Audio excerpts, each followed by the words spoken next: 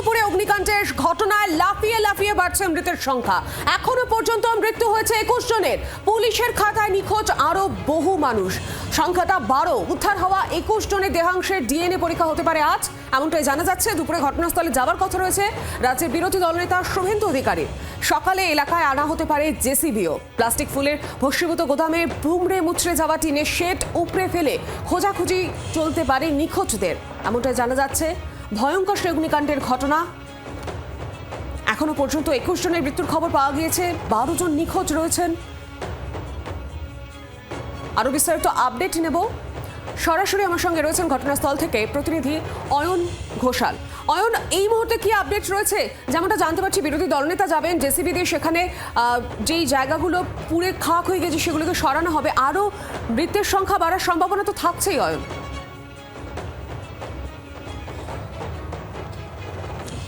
পুলিশের প্রাথমিক অনুমান যারা নিখোঁজ তারা প্রত্যেকেই মৃত। এটা পুলিশের প্রাথমিক অনুমান, অসমর্থিত অনুমান। এবং ঠিক সেই কারণেই আবারও দেখাতে চাইবো যে একদম সামনে ওই শুকনো ফুল বা প্লাস্টিকের ফুলের গুদামের যে দুমড়ে মুচড়ে যাওয়া টিনের শেড, ওই শেড, তার নিচে চাপা পড়ে থাকা ওই শেডের আয়রনের স্ট্রাকচার এবং তারও নিচে চাপা পড়ে থাকা ইটের গাঁথনি, এগুলো সরালে সেখানে আরও কিছু দেহাংশ মিলতে পারে। যারা এখনো পর্যন্ত নিখোঁজ তাদের অনেকের দেহাংশ ওখানেই রয়েছে এমনটাই অনুমান, কারণ এই শেডের নিচে একটা দোতলা স্ট্রাকচার তৈরি হয়েছিল, যেখানে একতলায় ছিল গোডাউন এবং তারপর একটা বাঁশের মাচা, সেখানে প্লাইউড বিছিয়ে একটা প্ল্যাটফর্ম তৈরি করে অনেকে রাতে থাকতেন, সেই রাতেও ছিলেন।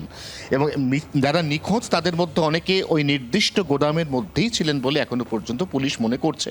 এবং ঠিক সেই কারণেই জেসিবি এবং ক্রেন, ইতিমধ্যে ক্রেন ঘটনাস্থলে এসে পৌঁছেছে, আর কিছুক্ষণের মধ্যে জেসিবি ঘটনাস্থলে আনা হবে। জেসিবির মূল কাজটা হবে যে ক্রেনের মাধ্যমে যে সমস্ত টিনের শেডের অংশ সেগুলো উপড়ে ফেলা হবে, রিমুভ করা হবে, সেগুলো জেসিবি সরিয়ে নেবে এবং জায়গাটি অর্থাৎ মেন সার্ফেসটিকে অক্ষত রাখা হবে যাতে সেখানে পড়ে থাকা কোনো দেহাংশ এটা পুলিশের পক্ষে খুঁজে পাওয়া সম্ভবপর হয়। দ্বিতীয় তোমার যে প্রশ্ন সেটা হচ্ছে শুভেন্দু অধিকারী কেন্দ্রিক। শুভেন্দু অধিকারী রাজ্যের বিরোধী দলনেতা, তিনি বলেছেন 20 জন বিজেপি বিধায়ককে সঙ্গে নিয়ে তিনি আজ ঘটনাস্থলে আসবেন। এবং এই ঘোষণার সঙ্গে সঙ্গে গতকাল মধ্যরাত থেকে এই গোটা এলাকার নিরাপত্তার ছবিটা আমূল পাল্টে গেছে। এই মুহূর্তে আমার ক্যামেরা বন্ধু জয়ন্ত যে ছবি দেখাচ্ছে তাতে প্রথম স্তরের যে গার্ডরেল, যার বাইরে আজ সাংবাদিকদের আটকে রাখা হয়েছে, সেই সাংবাদিকদের যারা পরশুদিন পর্যন্ত একেবারে অকস্থলে গিয়ে গ্রাউন্ড জিরোতে গিয়ে রিপোর্টিং করেছেন, তাদেরও আজকে গতিবিধি এই দ্বিতীয় গার্ডরেল তার সামনে পর্যন্ত সীমাবদ্ধ করে রাখা হয়েছে। এরপর রয়েছে দ্বিতীয় গার্ডরেল, তার সামনে মোতায়েন রয়েছেন পুলিশ কর্মীরা। এবং আমরা যে নোটিশটা এখানে দেখাতে চাইব, এটা হচ্ছে 163 ভারতীয় ন্যায় সংহিতা, অর্থাৎ পূর্বতন ইন্ডিয়ান পেনাল কোড আইপিসি 144 ধারা, সেখানে 4 জনের বেশি অর্থাৎ 5 জন জমায়েত সম্পূর্ণ নিষিদ্ধ। এক্ষেত্রে শুভেন্দু অধিকারী যদি শুধুমাত্র 20 জন বিধায়ক অর্থাৎ কোনো রকম নিরাপত্তারক্ষী ছাড়াও আসেন, সংখ্যাটা দাঁড়াচ্ছে 21। তাদের কোনোভাবেই ভেতরে ঢুকতে দেওয়ার প্রশ্নই নেই। এটা হচ্ছে প্রশাসনের এই মুহূর্তের নির্দেশ। এবং এই নির্দেশের পেছনে যে কারণ প্রশাসন দেখাচ্ছে সেটা হচ্ছে, যেহেতু একই সঙ্গে ভেতরে ক্রেন আর জেসিবি কাজ করবে এবং সেখানে দেহাংশ পড়ে রয়েছে, সেগুলোকে সেখান থেকে উদ্ধার করার চেষ্টা হবে, সেগুলোকে নির্দিষ্ট ল্যাবে পাঠানো হবে তার যে ম্যাপিং রয়েছে, ডিএনএ ম্যাপিং, সেই ম্যাপিংয়ের জন্য। অতএব এখানে অবাঞ্ছিত লোকজন যদি ক্রমাগত প্রবেশ করতে থাকেন তাহলে প্রশাসনের উদ্ধার কাজ এবং তারপর রেস্কিউর কাজ এটা অনেকাংশে ব্যাহত হবে। এবং সেই কারণে প্রশাসন এখানে 163 জারি করতে বাধ্য হয়েছে। বিজেপি অবশ্য সেই দাবি মানতে সম্পূর্ণ নারাজ। তারা মনে করছে, তারা ইতিমধ্যে অভিযোগ তুলেছে যে বিরোধী দলনেতা এখানে যাতে ঢুকতে না পারেন সেই জন্য তড়িঘড়ি এখানে বিএনএস 163 অ্যাপ্লাই করে এই গোটা জায়গাটাকে সিল করে সামনে পুলিশ দাঁড় করিয়ে দেওয়া হয়েছে। একেবারে অয়ন, তুমি সঙ্গে থাকো।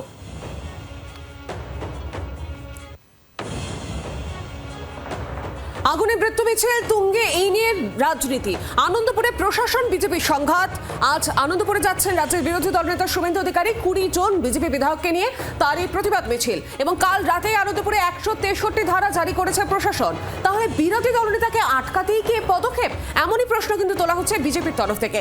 এই নিয়ে আরো বিস্তারিত একটু জানবো অয়নের থেকে। অয়ন, বিরোধী দলনেতা তো যাচ্ছেন আজ এবং গতকাল রাতে 163 ধারা জারি করা হয়েছে। প্রশ্ন স্বাভাবিকভাবে উঠছে, তাহলে কি তাকে আটকানোর জন্য এই পদক্ষেপ?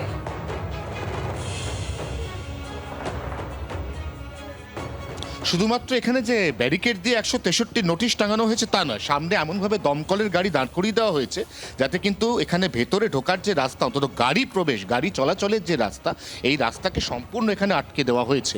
দমকল এই মুহূর্তে ভেতরে উদ্ধার কাজ যেমন একদিকে চালাচ্ছে, তেমনি দমকলের যে প্রাথমিক কাজ সেটা হচ্ছে ফায়ার ফাইটিং। ভেতরে আর আগুনের কণামাত্র অবশিষ্ট নেই, সমস্ত পকেট ফায়ার অনেকক্ষণ আগেই নিভে গেছে।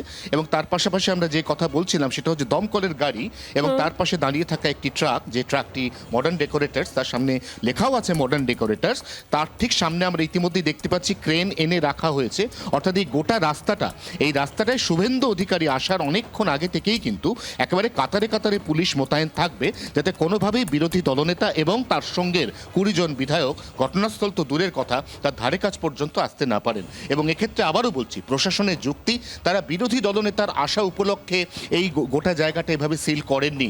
তারা এই জায়গাটা সিল করেছেন মূলত একটি কারণে, সেটা হচ্ছে কিছুক্ষণের মধ্যে ক্রেন ঢুকবে, তারপর ঢুকবে জেসিবি, উদ্ধার কাজ হবে, আরও দেহাংশ, এখনও যারা নিখোঁজ তাদের সে দেহাংশ খুঁজে বার করার চেষ্টা হবে। এই গোটা প্রক্রিয়াটাতে যাতে অবাঞ্ছিত কোনো ব্যক্তির এখানে ভেতরে ঢোকার তিনি চেষ্টাও না করতে পারেন, সেই ব্যবস্থা করার জন্যই কিন্তু এইভাবে কার্যত একদিকে দমকলের গাড়ি, একদিকে দ্বিস্তরীয় ব্যারিকেড দিয়ে গোটা রাস্তা, গোটা এলাকাটাকে কার্যত সিল করে দিয়েছে পুলিশ। একেবারেই অয়ন, আপাতত ধন্যবাদ তোমাকে। বাংলার আওয়াজ, বাঙালির আবেগ, জি 24 ঘন্টা।